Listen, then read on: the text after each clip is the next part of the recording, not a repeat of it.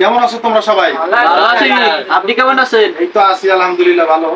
আচ্ছা আজকে আমরা কোন অধ্যায়ের অঙ্ক করাবো? তৃতীয় অধ্যায়ের। আচ্ছা তৃতীয় অধ্যায়ের আমাদের অধ্যায়ের নাম হলো লগারিদমের ধারণা প্রয়োগ অধ্যায় নাকি?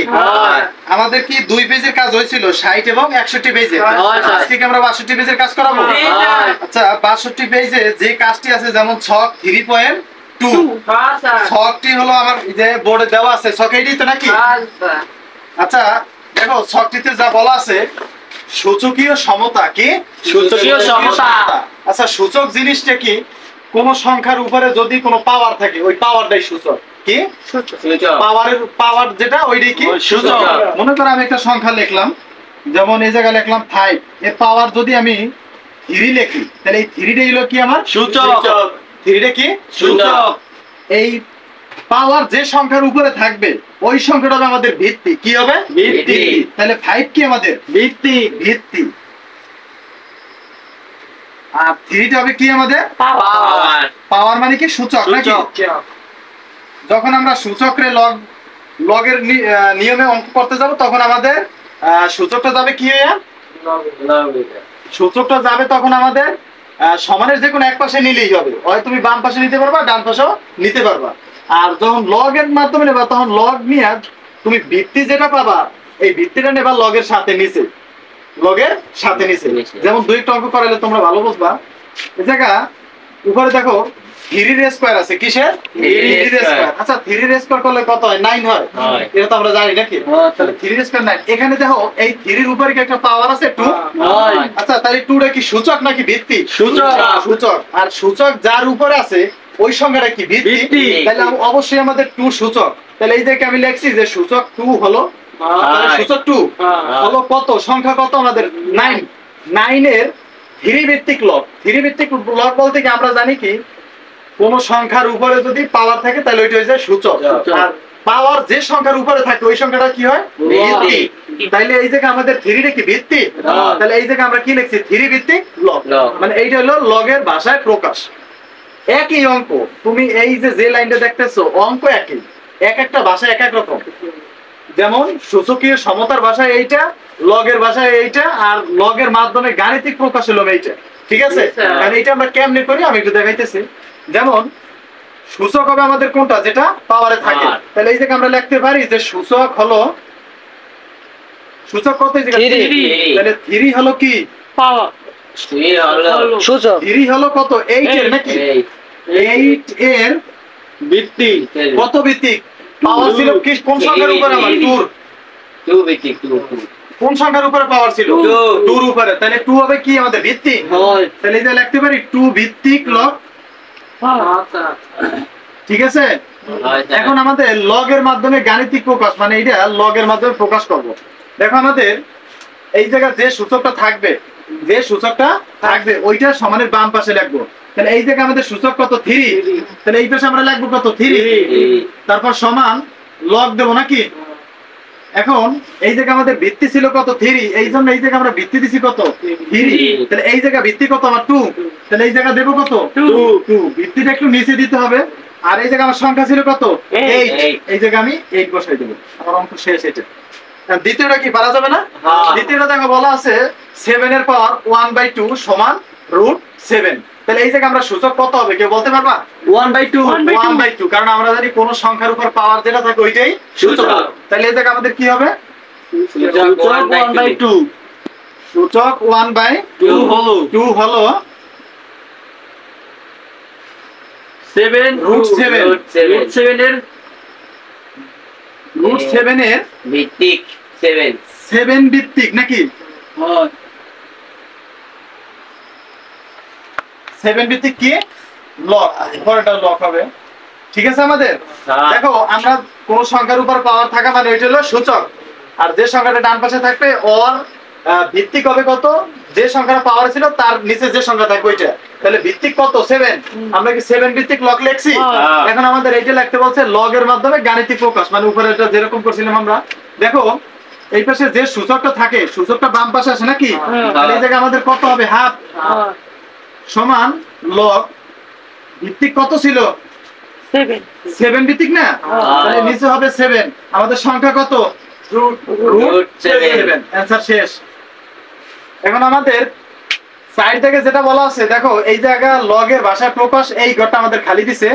লগের মাধ্যমে গাণিতিক প্রকাশ, এই ঘরটা আমাদের ফিল আপ করে দিছে। দেখো এই জায়গা -6 আছে। আচ্ছা, এই বাম পাশে যেটা লিখি এইটা আমরা কি লিখি? সূচক। কি সূচক লিখি না? তুমি দেখো এই পাশে হাফ আছে, হাফটা কি লিখছি আমরা? সূচক। এই জায়গা আছে 3, আমরা 3টা কি লিখছি? সূচক। এই জায়গা আছে 2 কি লিখছি? সূচক। তাহলে অবশ্যই বা সমানের বাম পাশে যেটা থাকবে কি? সূচক। তাহলে আমরা লিখতে পারি সূচক -6।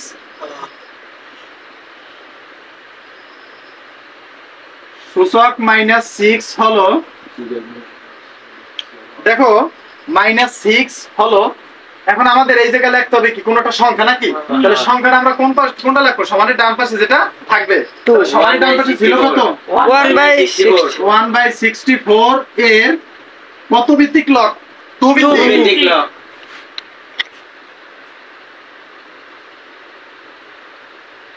2 ভিত্তিক লগ। তাহলে শেষ এটা।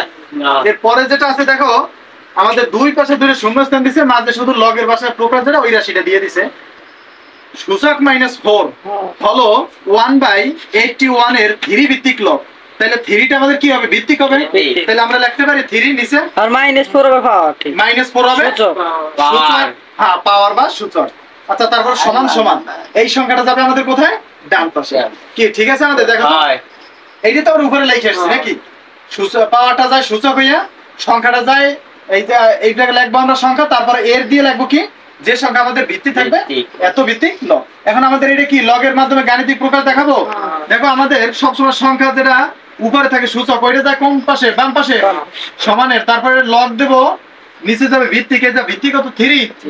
সংখ্যা কত? 1/81। তাহলে শেষ আমাদের সমাধান।